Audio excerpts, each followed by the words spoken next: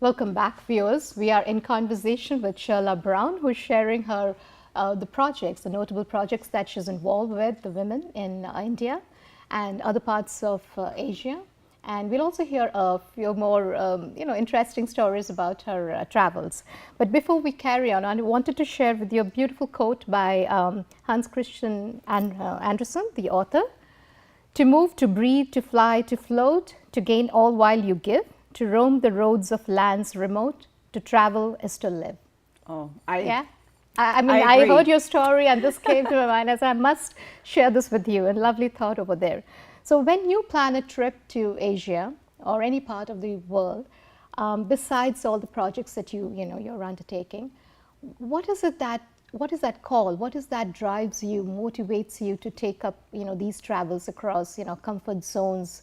And what is it? Is it your cultural curiosity or natural landscapes or history or spirituality for that matter? Yeah. What is it that draws you there? Yeah, I've always had an adventurous soul, There you go. which isn't reflective of my upbringing because none of my family travels. I'm from a small town in, northwestern Ontario that I moved to Thunder Bay when I was 17. Okay. I took international business in school because I had that whole curiosity of the world.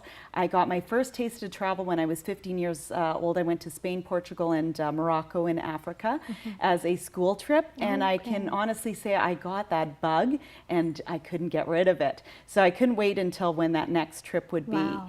And so I was lucky through international business in school. I got to do some traveling as well. I went to Poland.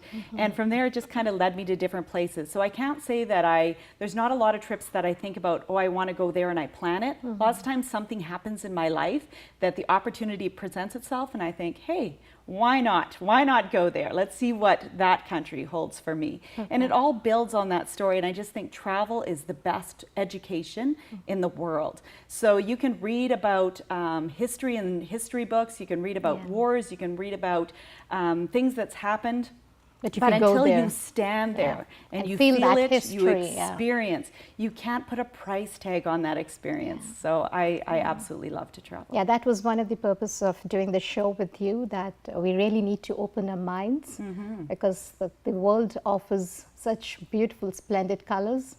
And there is uniqueness in every place and people, right? Yes. So that's what you get to experience. That's education, like you Absolutely. mentioned. And how it builds you as a human being. Right.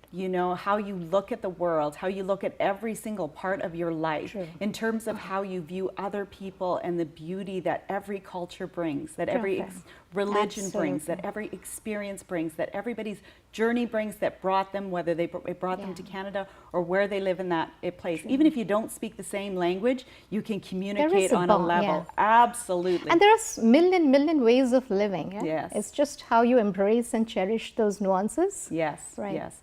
And a smile is the same in every country. Absolutely. Yes. Absolutely. That's such a beautiful thought you just shared. Yeah. Yeah. Smile, laughter, happiness, love. Tears. Across. Absolutely. Okay. They're the same in every culture.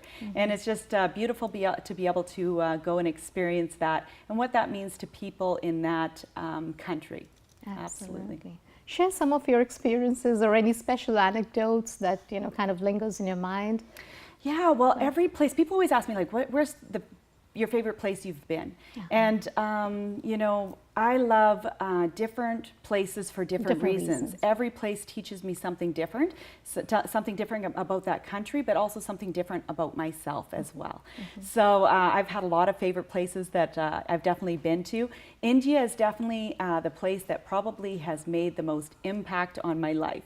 And I'm not too sure if it's because it's the year I turned 40 that I went to India, if it's the massive amount of people that are in India. Overload of sensory. Absolutely. But there is just inside. something amazingly beautiful about India that I would encourage everyone to go.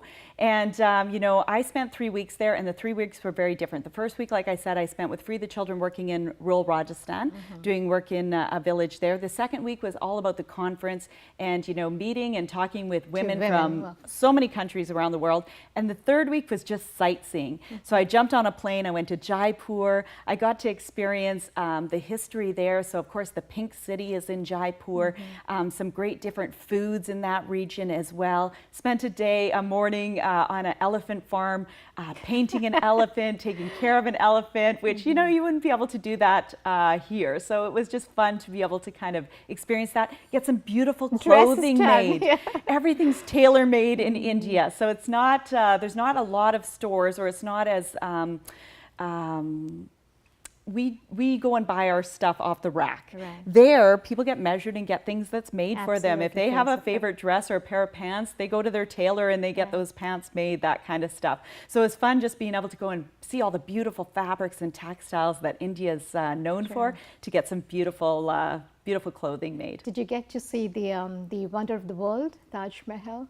I did, absolutely. You cannot go to India and not see the Taj Mahal. So that was a day trip, basically from Delhi to Agra. I worked with a wonderful travel company there, which is always a great tip to kind of find a reputable country that if you're not comfortable with going by yourself. I'm a single female. You know, that's lots of times the concern going, you know, should I go somewhere because I'm by myself? Is it going to be safe? All that kind of thing. Absolutely do your research beforehand. Make sure you feel comfortable with going, but don't let that hold you back. There's some great reputable companies that's out there that you can work with to do the things that you'd like to do. So I, through Free the Children, they had a great tour company that they worked with. So I, you know, used them to plan a lot of my tours. And of course, Taj Mahal was one. So we went up to Agra, which was about a 3-hour drive from Delhi. And it was a hot day. India's a hot place. If somebody's thinking about going, not in the summer. That's right. That's right. You need to be okay with the heat. Definitely dress appropriately. Bring the clothing. Make sure you drink lots of bottled water and stay hydrated while you're there. Yes, absolutely. Light things that breathe well. And Taj Mahal was like something from a fairy tale. You know, like when I saw it and you could see it in the distance, it didn't look real. It looked something that was painted or photoshopped. And even when I look at my pictures, it looks like I'm standing behind a green screen that somebody popped up a picture, because it just, everybody commented that, even when I posted on Facebook, that how unreal it looks. And I have to tell you, there's a reason why it's one of the 7 wonders of the world. It's beautiful. It's something that everybody needs to add to their bucket list to make sure that they see in their lifetime. And afterwards, we went to an amazing marble factory and got to see, because of course, Taj Mahal is so much marble.